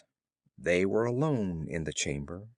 Outside, the rhythmical clink of harness and shuffle of horses' hoofs welled up through the gold-barred casements. "Before nightfall," quoth Constantius, giving a twirl to his thin mustache, "you'll have some captives to feed to your temple devil. Does it not grow weary of soft city-bred flesh? Perhaps it would relish the harder thews of a desert man." "Take care you do not fall prey to a fiercer beast than Thaug," warned the girl. "Do not forget who it is that leads these desert animals." "I am not likely to forget," he answered. "That is one reason why I am advancing to meet him. The dog has fought in the west and knows the art of siege. My scouts had some trouble in approaching his columns, for his outriders have eyes like hawks, but they did get close enough to see the engines he is dragging on ox-cart wheels drawn by camels. Catapults, rams, ballistas, mangonels, by Ishtar! He must have had 10,000 men working day and night for a month. Where he got the material for their construction is more than I can understand. Perhaps he has a treaty with the Turanians and gets supplies from them. Anyway, they won't do him any good. I've fought these desert wolves before. An exchange of arrows for a while, in which the armor of my warriors protects them. Then a charge, and my squadrons sweep through the loose swarms of the nomads, wheel and sweep back through, scattering them to the four winds. I'll ride back through the south gate before sunset, with hundreds of naked captives staggering at my horse's tail. We'll hold a fete tonight in the great square. My soldiers delight in flaying their enemies alive. We will have a wholesale skinning, and make these weak-kneed townsfolk watch. As for Conan, it will afford me intense pleasure, if we take him alive, to impale him on the palace steps." "Skin as many as you like," answered Salome indifferently. "I would like a dress made of human hide, but at least 100 captives you must give to me, for the altar and for Thaug." "It shall be done," answered Constantius, with his gauntleted hand brushing back the thin hair from his high, bald forehead, burned dark by the sun. "For victory and the fair honor of Taramis," he said sardonically, and taking his visored helmet under his arm, he lifted a hand in salute and strode clanking from the chamber. His voice drifted back, harshly lifted in orders to his officers. Salome leaned back on the couch, yawned, stretched herself like a great supple cat, and called, "Zang!" A cat-footed priest, with features like yellowed parchment stretched over a skull, entered noiselessly. Salome turned to an ivory pedestal on which stood two crystal globes, and taking from it the smaller, she handed the glistening sphere to the priest. "Ride with Constantius," she said. "Give me the news of the battle. Go." The skull-faced man bowed low, and hiding the globe under his dark mantle, hurried from the chamber. Outside in the city there was no sound except the clank of hoofs, and after a while the clank of a closing gate. Salome mounted a wide marble stair that led to the flat, canopied, marble battlemented roof. She was above all other buildings in the city. The streets were deserted. The great square in front of the palace was empty. In normal times, folk shunned the grim temple which rose on the opposite side of that square, but now the town looked like a dead city. Only on the southern wall and the roofs that overlooked it was there any sign of life. There the people massed thickly. They made no demonstration, did not know whether to hope for the victory or defeat of Constantius. Victory meant further misery under his intolerable rule. Defeat probably meant the sack of the city and red massacre. No word had come from Conan. They did not know what to expect at his hands. They remembered that he was a barbarian. The squadrons of the mercenaries were moving out into the plain. In the distance, just this side of the river, other dark masses were moving, barely recognizable as men on horses. Objects dotted the farther bank. Conan had not brought his siege engines across the river, apparently fearing an attack in the midst of the crossing, but he had crossed with his full force of horsemen. The sun rose and struck glints of fire from the dark multitudes. The squadrons from the city broke into a gallop. A deep roar reached the ears of the people on the wall. The rolling masses merged, intermingled. At that distance it was a tangled confusion in which no details stood out. Charge and countercharge were not to be identified. Clouds of dust rose from the plains under the stamping hoofs, veiling the action. Through these swirling clouds masses of riders loomed, appearing and disappearing, and spears flashed. Salome shrugged her shoulders and descended the stair. The palace lay silent. All the slaves were on the wall, gazing vainly southward with the citizens. She entered the chamber where she had talked with Constantius, and approached the pedestal, noting that the crystal globe was clouded, shot with bloody streaks of crimson. She bent over the ball, swearing under her breath. "Zang!" she called. "Zang!"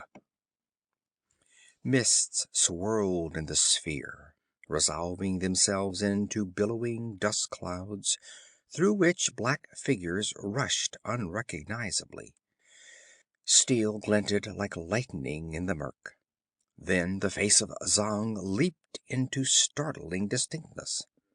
It was as if the wide eyes gazed up at Salome. Blood trickled from a gash in the skull-like head. The skin was gray with sweat-runneled dust. The lips parted, writhing. To other ears than Salome's, it would have seemed that the face in the crystal contorted silently. But sound to her came as plainly from those ashen lips as if the priest had been in the same room with her, instead of miles away shouting into the smaller crystal. Only the gods of darkness knew what unseen magic filaments linked together those shimmering spheres. "Salome!" shrieked the bloody head. "Salome!" "I hear," she cried. "Speak. How goes the battle?" "Doom is upon us!" screamed the skull-like apparition. "Khauran is lost. Aye, my horse is down, and I cannot win clear. Men are falling around me. They are dying like flies in their silvered mail." "Stop yammering and tell me what happened," she cried harshly. "We rode at the desert dogs, and they came on to meet us," yowled the priest. "Arrows flew in clouds between the hosts, and the nomads wavered. Constantius ordered the charge. In even ranks we thundered upon them. Then the masses of their horde opened to right and left, and through the cleft rushed 3,000 Hyborian horsemen, whose presence we had not even suspected. Men of Khauran, mad with hate. Big men in full armor on massive horses. In a solid wedge of steel they smote us like a thunderbolt. They split our ranks asunder before we knew what was upon us, and then the desert men swarmed on us from either flank. They have ripped our ranks apart, broken and scattered us. It is a trick of that devil Conan. The siege engines are false, mere frames of palm trunks and painted silk that fooled our scouts who saw them from afar. A trick to draw us out to our doom. Our warriors flee. Kumbanigash is down. Conan slew him. I do not see Constantius. The Kharani rage through our milling masses like blood-mad lions, and the desert men feather us with arrows. I... There was a flicker as of lightning or trenchant steel, a burst of bright blood, then abruptly the image vanished, like a bursting bubble, and Salome was staring into an empty crystal ball that mirrored only her own furious features. She stood perfectly still for a few moments, erect and staring into space. Then she clapped her hands, and another skull-like priest entered, as silent and immobile as the first. "Constantius is beaten," she said swiftly. "We are doomed. Conan will be crashing at our gates within the hour. If he catches me, I have no illusions as to what I can expect. But first, I am going to make sure that my cursed sister never ascends the throne again. Follow me. Come what may, we shall give Thog a feast." As she descended the stairs and galleries of the palace, she heard a faint, rising echo from the distant walls. The people there had begun to realize that the battle was going against Constantius. Through the dust clouds, masses of horsemen were visible, racing toward the city. Palace and prison were connected by a long, closed gallery, whose vaulted roof rose on gloomy arches. Hurrying along this, the false queen and her slave passed through a heavy door at the other end that let them into the dim recesses of the prison. They had emerged into a wide arched corridor at a point near where a stone stair descended into the darkness. Salome recoiled suddenly, swearing. In the gloom of the hall lay a motionless form, a Shemitish jailer. His short beard tilted toward the roof as his head hung on a half-severed neck. As panting voices from below reached the girl's ears, she shrank back into the black shadow of an arch, pushing the priest behind her, her hand groping in her girdle. End of chapter 5.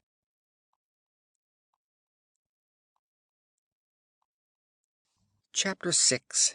The Vulture's Wings. It was the smoky light of a torch which roused Taramis, queen of Khauran, from the slumber in which she sought forgetfulness. Lifting herself on her hand, she raked back her tangled hair and blinked up, expecting to meet the mocking countenance of Salome, malign with new torments. Instead, a cry of pity and horror reached her ears. "Taramis, oh my queen!" The sound was so strange to her ears that she thought she was still dreaming. Behind the torch she could make out figures now, the glint of steel, then 5 countenances bent toward her, not swarthy and hook-nosed, but lean, aquiline faces, browned by the sun. She crouched in her tatters, staring wildly. One of the figures sprang forward and fell on one knee before her, arms stretched appealingly toward her. "Oh, Taramis, thank Ishtar we have found you! Do you not remember me, Valerius? Once with your own lips you praised me after the battle of Corveka." "Valerius!" she stammered. Suddenly tears welled into her eyes. "Oh, I dream. It is some magic of Salome's to torment me." "No!" The cry rang with exultation. It is your own true vassals come to rescue you.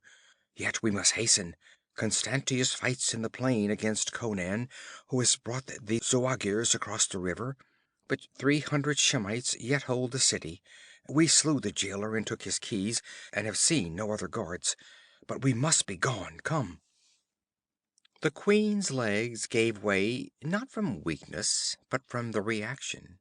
Valerius lifted her like a child, and with the torch-bearer hurrying before them, they left the dungeon and went up a slimy stone stair. It seemed to mount endlessly, but presently they emerged into a corridor. They were passing a dark arch when the torch was suddenly struck out, and the bearer cried out in fierce, brief agony. A burst of blue fire glared in the dark corridor, in which the furious face of Salome was limned momentarily, with a beast-like figure crouching beside her. Then the eyes of the watchers were blinded by that blaze. Valerius tried to stagger along the corridor with the queen. Dazedly, he heard the sound of murderous blows driven deep in flesh, accompanied by gasps of death and a bestial grunting. Then the queen was torn brutally from his arms, and a savage blow on his helmet dashed him to the floor. Grimly, he crawled to his feet, shaking his head in an effort to rid himself of the blue flame which still seemed to dance devilishly before him. When his blinded sight cleared, he found himself alone in the corridor. Alone except for the dead. His 4 companions lay in their blood, heads and bosoms cleft and gashed. Blinded and dazed in that hell-born glare, they had died without any opportunity of defending themselves. The queen was gone. With a bitter curse, Valerius caught up his sword, tearing his cleft helmet from his head to clatter on the flags. Blood ran down his cheek from a cut in his scalp. Reeling, frantic with indecision, he heard a voice calling his name in desperate urgency. "Valerius! Valerius!" He staggered in the direction of the voice, and rounded a corner just in time to have his arms filled with a soft, supple figure which flung itself frantically at him. "Ivga, are you mad?" "I had to come," she sobbed. "I followed you, hid in an arch of the outer court. A moment ago I saw her emerge with a brute who carried a woman in his arms. I knew it was Taramis, and that you had failed. Oh, but you are hurt." A scratch. He put aside her clinging arms. "Quick, Ivga, tell me which way they went." "They fled across the square toward the temple." He paled. "Ishtar! Oh, the fiend! She means to give Taramis to the devil she worships. Quick, Ivga! Run to the south wall where the people watch the battle. Tell them that their real queen has been found, that the impostor has dragged her to the temple. Go!" Sobbing, the girl sped away, her light sandals pattering on the cobblestones, and Valerius raced across the court, plunged into the street, dashed into the square upon which it debouched, and ran for the great structure that rose on the opposite side. His flying feet spurned the marble as he darted up the broad stair and through the pillared portico. Evidently their prisoner had given them some trouble. Taramis, sensing the doom intended for her, was fighting against it with all the strength of her splendid young body. Once she had broken away from the brutish priest, only to be dragged down again. The group was halfway down the broad nave, at the other end of which stood the grim altar, and beyond that the great metal door, obscenely carven, through which many had gone, but from which only Salome had ever emerged. Taramis's breath came in panting gasps. Her tattered garment had been torn from her in the struggle. She writhed in the grasp of her apish captor like a white, naked nymph in the arms of a satyr. Salome watched cynically, though impatiently, moving toward the carven door, and from the dusk that lurked along the lofty walls the obscene gods and gargoyles leered down, as if imbued with salacious life. Choking with fury, Valerius rushed down the great hall, sword in hand. At a sharp cry from Salome, the skull-faced priest looked up, then released Taramis, drew a heavy knife, already smeared with blood, and ran at the oncoming Khauran. But cutting down men blinded by the devil's flame loosed by Salome was different from fighting a wiry young Hyborian afire with hate and rage. Up went the dripping knife, but before it could fall, Valerius's keen, narrow blade slashed through the air, and the fist that held the knife jumped from its wrist in a shower of blood. Valerius, berserk, slashed again and yet again before the crumpling figure could fall. The blade licked through flesh and bone. The skull-like head fell one way, the half-sundered torso the other. Valerius whirled on his toes, quick and fierce as a jungle cat, glaring about for Salome. She must have exhausted her fire dust in the prison. She was bending over Taramis, grasping her sister's black locks in one hand, and in the other lifting a dagger. Then, with a fierce cry, Valerius's sword was sheathed in her breast with such fury that the point sprang out between her shoulders. With an awful shriek, the witch sank down, writhing in convulsions, grasping at the naked blade as it was withdrawn, smoking and dripping. Her eyes were inhuman. With a more than human vitality she clung to the life that ebbed through the wound that split the crimson crescent on her ivory bosom. She groveled on the floor, clawing and biting at the naked stones in her agony. Sickened at the sight, Valerius stooped and lifted the half-fainting queen. Turning his back on the twisting figure on the floor, he ran toward the door, stumbling in his haste. He staggered out upon the portico, halted at the head of the steps. The square thronged with people. Some had come at Ivka's incoherent cries. Others had deserted the walls in fear of the on-sweeping hordes out of the desert, fleeing unreasonably toward the center of the city. Dumb resignation had vanished. The throng seethed and milled, yelling and screaming. About the road there sounded somewhere the splintering of stone and timbers. A band of grim Shemites cleft the crowd, the guards of the northern gates, hurrying toward the south gate to reinforce their comrades there. They reined up short at the sight of the youth on the steps, holding the limp, naked figure in his arms. The heads of the throng turned toward the temple. The crowd gaped. A new bewilderment added to their swirling confusion.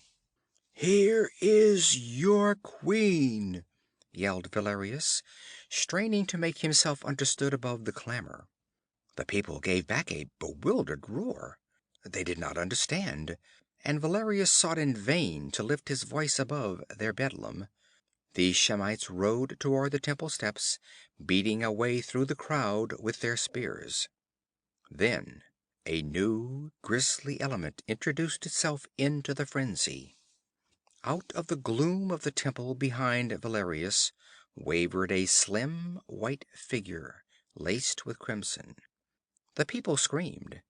There, in the arms of Valerius, hung the woman they thought their queen, yet there in the temple door staggered another figure, like a reflection of the other. Their brains reeled. Valerius felt his blood congeal as he stared at the swaying witch girl. His sword had transfixed her, sundered her heart. She should be dead. By all laws of nature she should be dead. Yet there she swayed on her feet, clinging horribly to life. "Thug!" she screamed, reeling in the doorway. "Thug!" As an answer to that frightful invocation, There boomed a thunderous croaking from within the temple, the snapping of wood and metal. "That is the queen!" roared the captain of the Shemites, lifting his bow. "Shoot down the man and the other woman!" But the roar of a roused hunting pack rose from the people. They had guessed the truth at last, understood Valerius's frenzied appeals, knew that the girl who hung limply in his arms was their true queen. With a soul-shaking yell, they surged on the Shemites, tearing and smiting with tooth and nail and naked hands, with the desperation of hard-pent fury loosed at last. Above them, Salome swayed and tumbled down the marble stairs, dead at last. Arrows flickered about him as Valerius ran back between the pillars of the portico, shielding the body of the queen with his own. Shooting and slashing ruthlessly, the mounted Shemites were holding their own with the maddened crowd. Valerius darted to the temple door. With one foot on the threshold, he recoiled, crying out in horror and despair. Out of the gloom at the other end of the great hall, a vast dark form heaved up, came rushing toward him in gigantic frog-like hops. He saw the gleam of great unearthly eyes, the shimmering of fangs and talons. He fell back from the door, and then the whir of a shaft past his ear warned him that death was also behind him. He wheeled desperately. 4 or 5 Shemites had cut their way through the throng, and were spurring their horses up the steps, their bows lifted to shoot him down. He sprang behind a pillar, on which the arrows splintered. Taramis had fainted. She hung like a dead woman in his arms. Before the Shemites could loose again, the doorway was blocked by a gigantic shape. With affrighted yells, the mercenaries wheeled and began beating a frantic way through the throng, which crushed back in sudden galvanized horror, trampling one another in their stampede. But the monster seemed to be watching Valerius and the girl. Squeezing its vast, unstable bulk through the door, it bounded toward him as he ran down the steps. He felt it looming behind him, a giant shadowy thing, like a travesty of nature cut out of the heart of night, a black shapelessness in which only the staring eyes and gleaming fangs were distinct. Then came a sudden thunder of hoofs.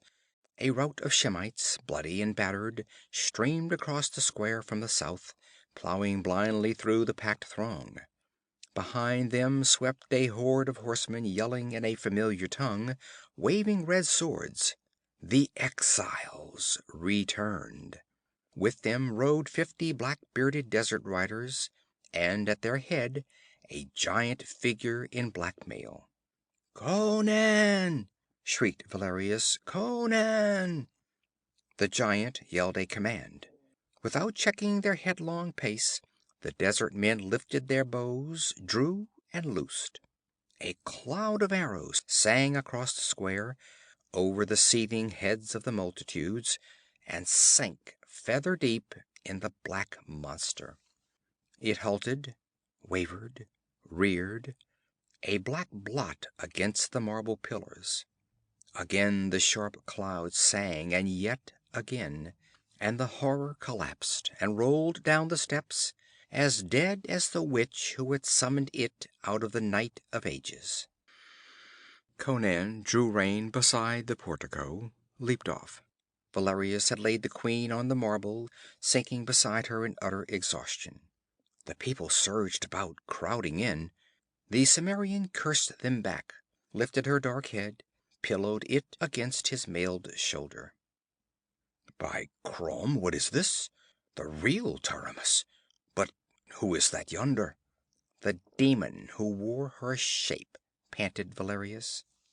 Conan swore heartily. Ripping a cloak from the shoulders of a soldier, he wrapped it about the naked queen. Her long dark lashes quivered on her cheeks. Her eyes opened, stared up unbelievingly into the Cimmerian's scarred face. "Conan!" Her soft fingers caught at him. Do I dream? She told me you were dead. Scarcely. He grinned hardly. You do not dream. You are queen of Khauran again. I broke Constantius out there by the river. Most of his dogs never lived to reach the walls, for I gave orders that no prisoners be taken, except Constantius. The city guard closed the gate in our faces, but we burst in with rams swung from our saddles. I left all my wolves outside, except this 50. I didn't trust them in here, and these Khaurani lads were enough for the gate guards. It has been a nightmare, she whimpered. Oh, my poor people. You must help me try to repay them for all they have suffered. Conan, henceforth counselor as well as captain. Conan laughed, but shook his head. Rising, he set the queen upon her feet, and beckoned to a number of his Khaurani horsemen who had not continued the pursuit of the fleeing Shemites. They sprang from their horses, eager to do the bidding of their new-found queen.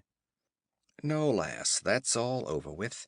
I'm chief of the Zuagirs now, and must lead them to plunder the Turanians, as I promised. This lad, Valerius, will make you a better captain than I. I wasn't made to dwell among marble walls anyway. But I must leave you now and complete what I've begun. Shemites still live in Khauran. As Valerius started to follow Taramis across the square toward the palace, through a lane opened by the wildly cheering multitude, he felt a soft hand slipped timidly into his sinewy fingers, and turned to receive the slender body of Ivga in his arms. He crushed her to him and drank her kisses with the gratitude of a weary fighter who has attained rest at last through tribulation and storm. But not all men seek rest and peace. Some are born with the spirit of the storm in their blood, restless harbingers of violence and bloodshed, knowing no other path. The sun was rising. The ancient caravan road was thronged with white-robed horsemen, in a wavering line that stretched from the walls of Khauran to a spot far out in the plains. Conan the Cimmerian sat at the head of that column, near the jagged end of a wooden beam that stuck up out of the ground. Near that stump rose a heavy cross, and on that cross a man hung by spikes through his hands and feet. 7 months ago, Constantius, said Conan, it was I who hung there, and you who sat here. Constantius did not reply. He licked his gray lips, and his eyes were glassy with pain and fear. Muscles writhed like cords along his lean body. You are more fit to inflict torture than to endure it, said Conan tranquilly. I hung there on a cross as you are hanging, and I lived, thanks to circumstances and a stamina peculiar to barbarians. But you civilized men are soft. Your lives are not nailed to your spines as are ours. Your fortitude consists mainly in inflicting torment, not in enduring it. You will be dead before sundown, and so, falcon of the desert, I leave you to the companionship of another bird of the desert. He gestured toward the vultures, whose shadows swept across the sands as they wheeled overhead. From the lips of Constantius came an inhuman cry of despair and horror. Conan lifted his reins and rode toward the river that shone like silver in the morning sun. Behind him the white-clad riders struck into a trot. The gaze of each, as he passed a certain spot, turned impersonally and with the desert man's lack of compassion toward the cross and the gaunt figure that hung there, black against the sunrise. Their horses' hooves beat out a knell in the dust. Lower and lower swept the wings of the hungry vultures. End of chapter 6. End of A Witch Shall Be Born by Robert E. Howard. This book was read with great enjoyment by Phil Chenevert in Baton Rouge, Louisiana, in June of 2013.